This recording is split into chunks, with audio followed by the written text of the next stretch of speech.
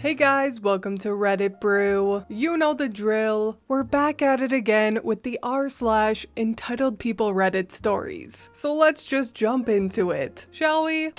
Aunt shows up at my house with all her stuff, tells me she's going to be living with me for a while. So, without getting too political, we recently had an election in the USA. My aunt supported one side, while her husband and adult offspring supported the other side. The election did not go the way my aunt wanted it to. Aunt proceeded to flip her shit, break things, yell, and even go as far as to set her daughter's "I voted" sticker on fire. Her husband called the cops. The cops declined to arrest her for anything, but suggested that she find a different place to stay for the night. By the way, this happened yesterday in New Jersey. Fast forward to 2 a.m. today. Here I am, sleeping peacefully in my home with my family. My fence alarm goes off, waking me up. I don't know if it's a bear or a trespasser, so I get my pants on and grab my shotgun just to be safe. Turns out, my aunt cut the lock off my front gate because she couldn't get in, and I wasn't answering my phone. Why did she have bolt cutters in her car? So, I safely stow my weapon and ask her, WTF? She starts crying and screaming. Mind you, this is at 2 a.m. in a quiet rural community about how the devil took her family and they threw her out. And she says that since she has nowhere else to go, I need to let her in so that she can stay in my guest room for a while. I told her one of my guildies is using that room right now. The room is occupied. This person came all the way from Texas to hang out with me. I'm not gonna toss them out with 30 seconds notice because my aunt showed up. So she decides to call the police and tell them that I'm keeping her from entering her home. We're out in the woods, so the cops don't get here particularly fast. 4:41 a.m. the cops show up. I see them talking to her in my driveway. She shows them the bolt cutters and the ruined lock. A few minutes later, the officer knocks on my door. Your tenant claims that... I immediately cut him off and tell him that I do not have a tenant. I own and occupy this structure. I offer to show him the deed. Well, this woman claims... I cut him off again. What's the address on her ID say? At this point, the cop is pissed at me. I can tell. So I try to de-escalate the situation. Look, man, she doesn't live here. She has never lived here. That's my aunt. She lives in New Jersey. Please check her ID card. Cop calms down a bit and lets me know that he'll talk to her and then come back. Approximately 10 minutes later, the cops come back to my door. 3 of them this time. Not just the one from earlier. One of them had stripes and a rocker on his arm, so I could tell he was important. He asks me if there's any way Aunt can stay for the night, because she's too drunk to drive, so he can't let her back on the road. I should add, I live hours away, in a different state. Thank God she didn't kill anyone. I told them that she cannot stay here, but that I'm sure there's plenty of room in the local jail. The cop asks me if she can just sleep in her car in my driveway, and then leave in the morning. I told him, absolutely not. When she wakes up in the morning, I would just have to call them to come get her off my property, so that would solve nothing. I then asked them to remove her from my property. Long story short, her car got towed, and she's in the drunk tank for the night. No charges pending. So much for sleeping tonight. My kids need to be up for school soon.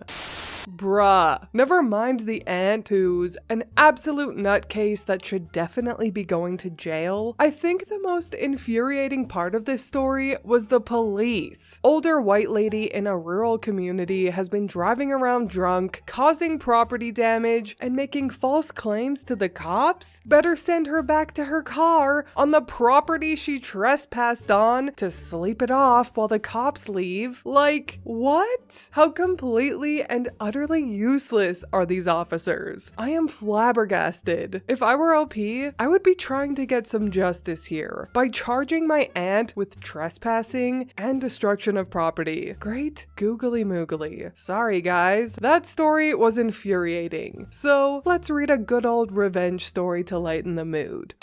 You really should have Googled that. I'm not sure if I'm proud of this yet, but my friend told me it might be appreciated by some low-grade sadists here. I have a cousin, Mac, whose picture is next to the word self-righteous in the dictionary. He's not alone in my extended family. If there's a gene for self-righteousness and pestering other people about their lives, most of my relatives have it once. A few blessed relatives don't have it at all. Mac, though, definitely has both of those self-righteous gene alleles. He's even a pastor. Apologies to any pastors, but you probably know the kind of guy I mean. Mac grinds my gears, and though it is not directly relevant to what he did to inspire my petty revenge, readers may be more satisfied with what happens to him if they know a couple of other things about him. Mac has made it his personal mission to make sure everyone around him is on the straight and narrow path. While admirable, he has managed to implement good intentions in the most bizarrely ineffective ways possible. His young son with his wife Tiffany is not allowed to interact with my dad because my dad is divorced. My dad is a great person and an interesting guy to be around, but that doesn't matter because apparently divorce is a nasty communicable disease. Mac also believes that demons are constantly tempting us, and any deviation from said straight and narrow path is due to their influence.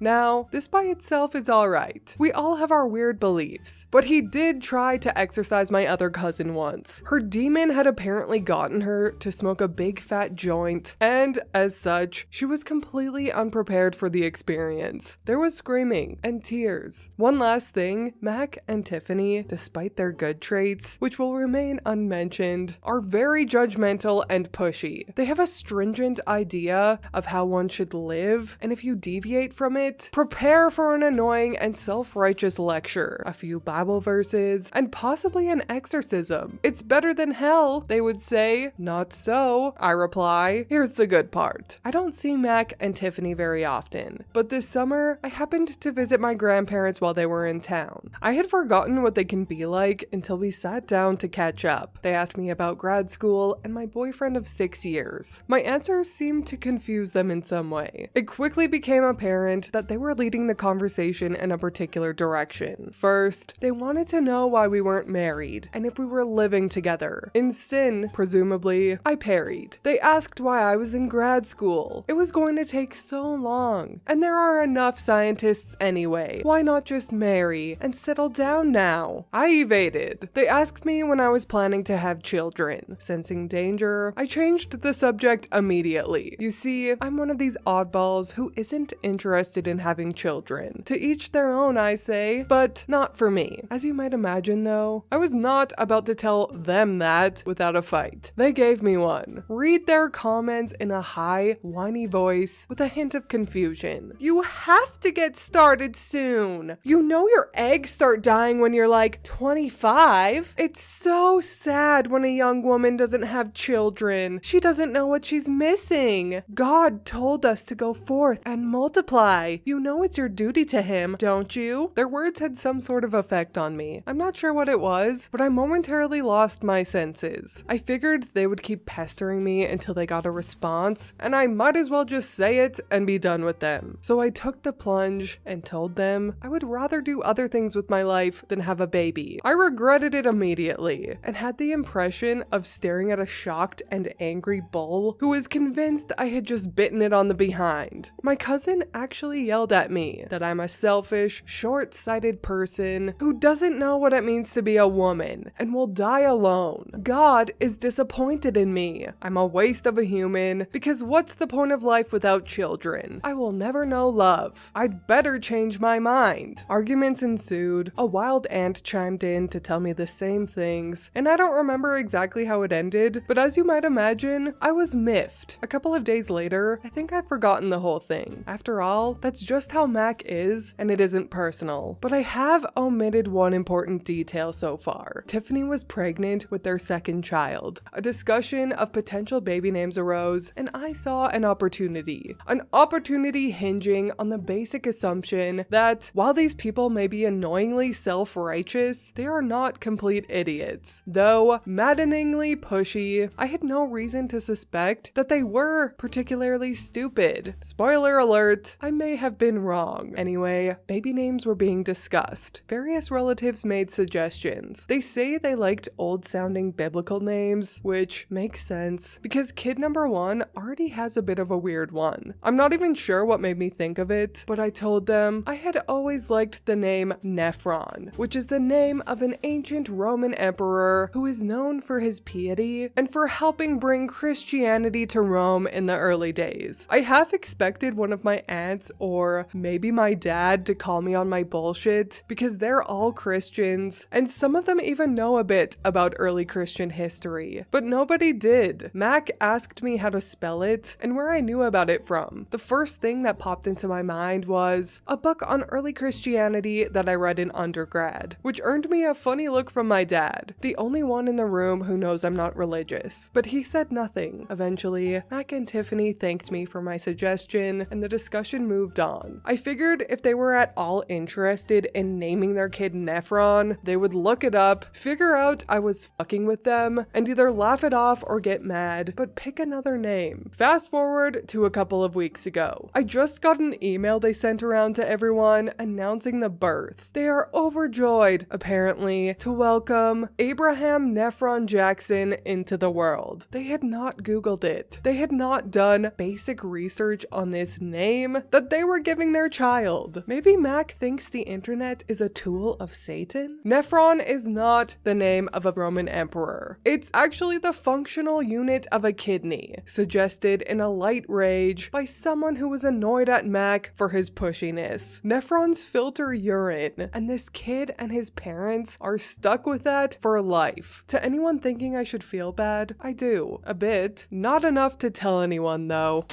Oh man, how glorious. Honestly though, with all the ridiculous things people name their children nowadays, trying to be unique, Nephron really isn't that bad. I feel like this is a couple that would totally use the name Nevaeh. It's heaven spelled backward. Maybe OP should suggest Natus for the next name. It's Satan spelled backward. I'm terrible. But anyway, that is all from me today. I hope you enjoyed these two entitled people / petty revenge story. If you did, please leave a like and subscribe. I truly appreciate when you do, and I will see you in the next Reddit story. Bye!